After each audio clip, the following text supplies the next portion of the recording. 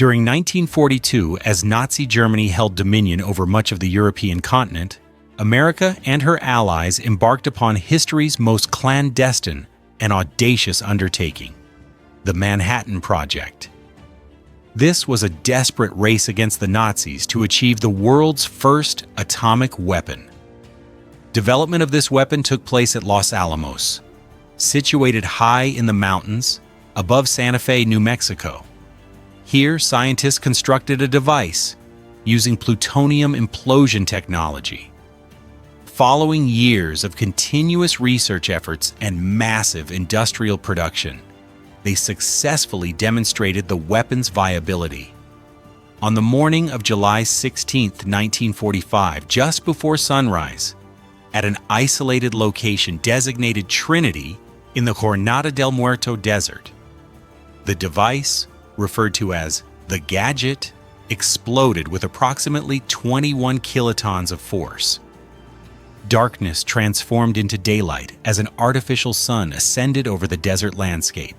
When word of Trinity's success reached President Harry Truman at Potsdam, a coded message from New Mexico confirmed the test had surpassed all expectations. This intelligence fundamentally altered the dynamics of his negotiations with Churchill and Stalin seated opposite him. Truman now possessed confirmation that the bomb was operational. On July 24th, Truman informed Stalin in deliberately ambiguous terms that America had developed a weapon with extraordinary destructive capabilities. Stalin responded with a knowing smirk, saying, "I hope you'll make good use of it against the Japanese." Fully aware of the Manhattan Project's secrets through Soviet intelligence operations, 2 days afterward, on July 26th, the Potsdam Declaration was issued jointly by the United States, Britain, and China. The declaration demanded Japan's unconditional surrender, guaranteed the nation would not be enslaved, but insisted upon disarmament and prosecution of war criminals. It warned that refusal to comply would result in prompt and utter destruction.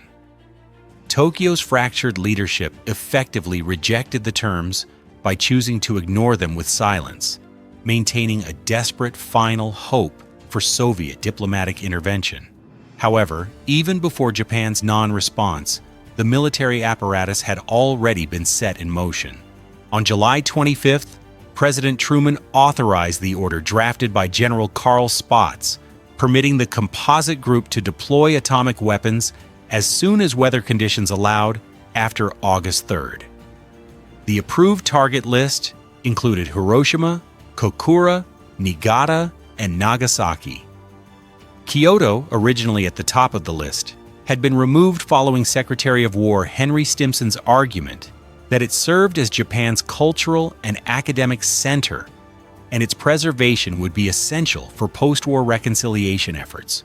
Tokyo was excluded because months of incendiary bombing raids had already devastated the city, making accurate damage assessment nearly impossible. In contrast, Hiroshima remained largely intact, making it a perfect location to clearly measure the atomic bomb's catastrophic effects. On August 6, 1945, the carefully orchestrated mission began at Northfield Air Base on Tinian Island. At exactly 2:45 a.m., the silver Boeing B-29 Superfortress, christened Enola Gay, commanded by Colonel Paul Tibbets, thundered down the runway, bearing the world's first combat-ready atomic bomb, codenamed Little Boy. Radio voice: weather's clear ahead, ceiling unlimited. Maintain course and altitude. ETA to the IP on time. 2 escort aircraft accompanied the mission. The Great Artiste, outfitted with instrumentation to measure the explosion's force and necessary evil, assigned photography and documentation duties, trailed closely behind. Little Boy was a gun-type uranium-235 fission bomb with an approximate weight of 9,700 pounds, or roughly 4,400 kilograms. Its design achieved critical mass through the rapid firing of a uranium projectile into a uranium target. This instantaneous union would trigger an uncontrolled chain reaction, releasing explosive force equivalent to approximately 15,000 tons or 15 kilotons of TNT. Following a 6-hour flight covering roughly 1,500 miles or approximately 2,400 kilometers, the formation neared the Japanese mainland around 7 a.m. The weather reconnaissance aircraft Straight Flush had previously confirmed clear skies over Hiroshima, sealing the city's destiny. Approaching at 31,000 feet or approximately 9.5 kilometers altitude, Tibbets initiated his bombing approach, transferring final control to Bombardier Major Thomas Farraby. Japanese radar detected the small formation of aircraft around 7:09 a.m., triggering initial air raid warnings in Hiroshima.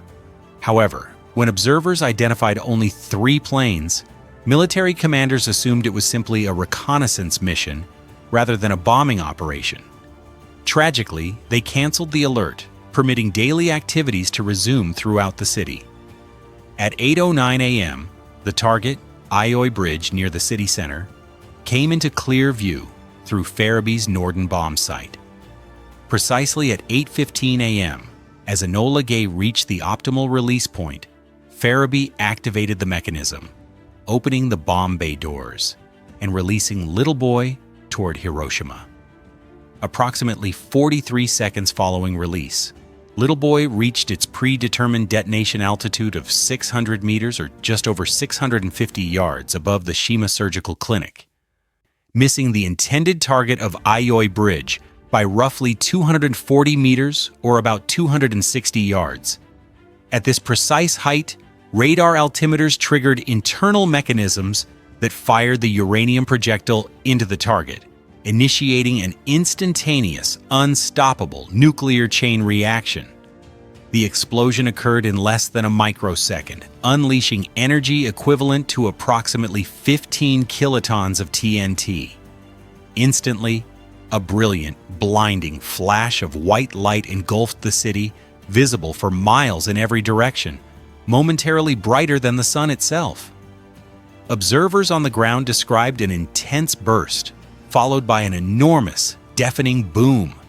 A fiery nuclear fireball formed, rapidly expanding to about 200 meters or 216 yards in radius, vaporizing everything within its reach.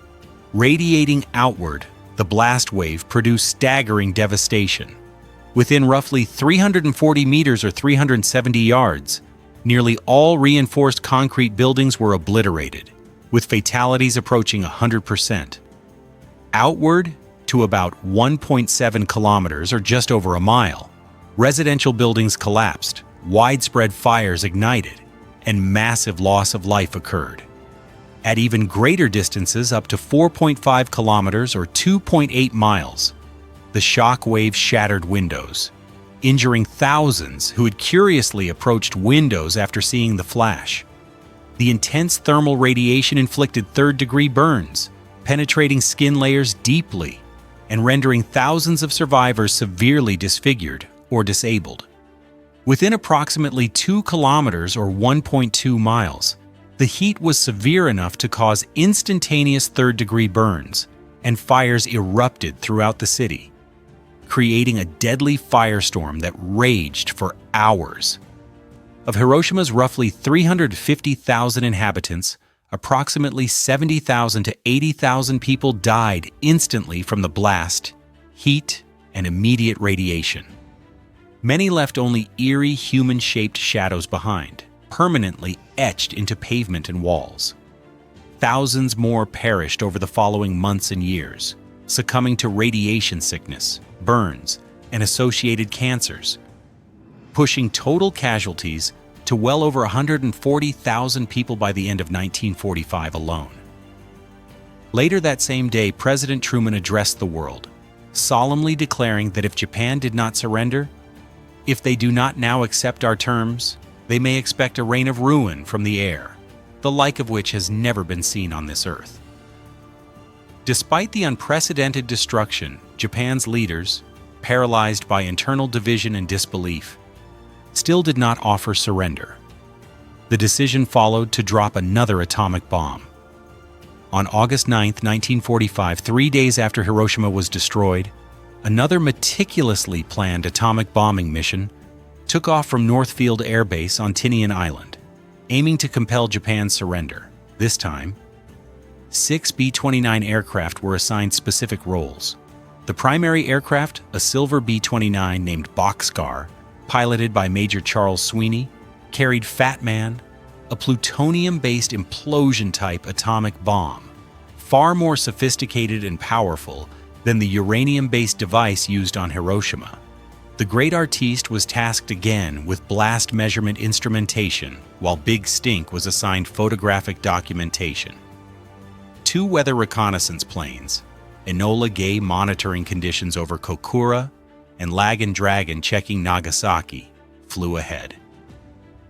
A spare aircraft, Full House, returned early due to technical issues and did not proceed to the target. Shortly after takeoff, Boxcar faced a significant problem. A fuel transfer pump failed, leaving around 640 gallons of fuel unusable. Meanwhile, Big Stink failed to correctly make the planned rendezvous over Yakushima Island south of the Japanese mainland.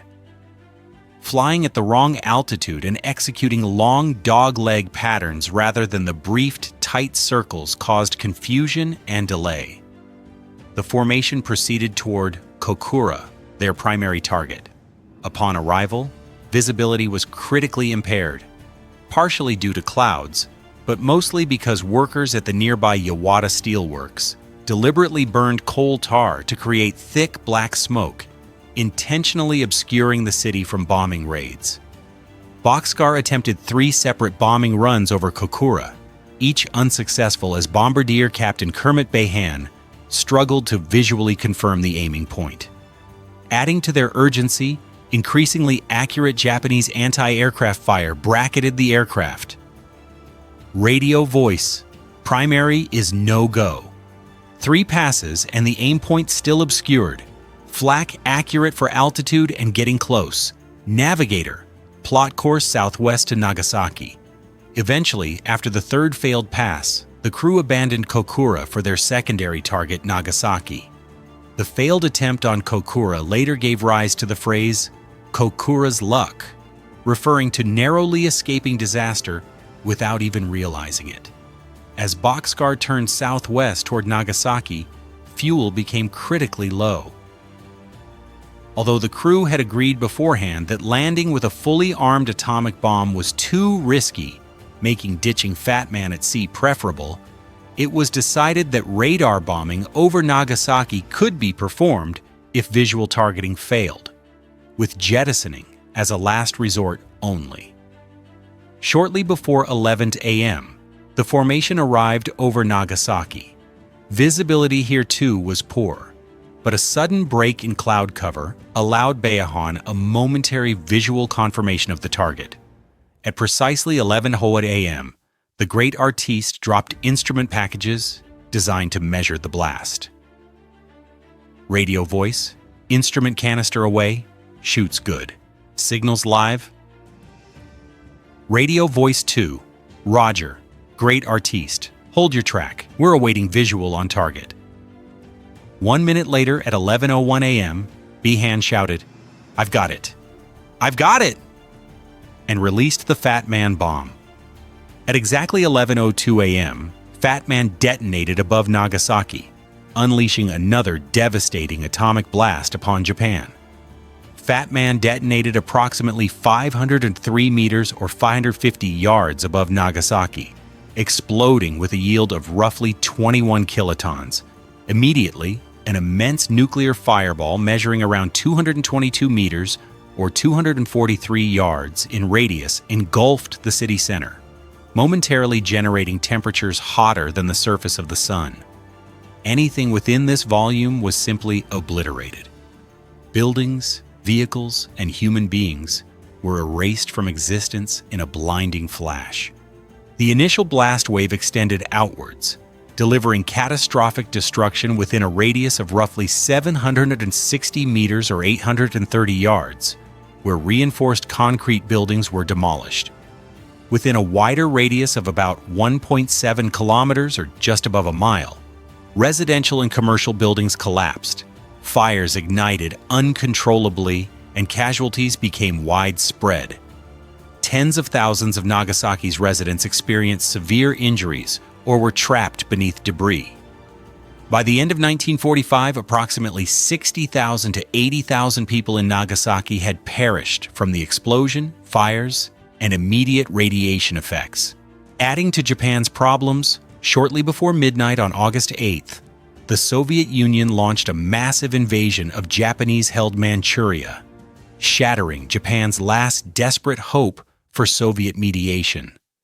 Facing the overwhelming reality of dual catastrophes, the unprecedented devastation from atomic bombings, and the massive Soviet offensive, Emperor Hirohito acknowledged the futility of continued resistance, declaring to his people that the enemy possessed a new and most cruel bomb.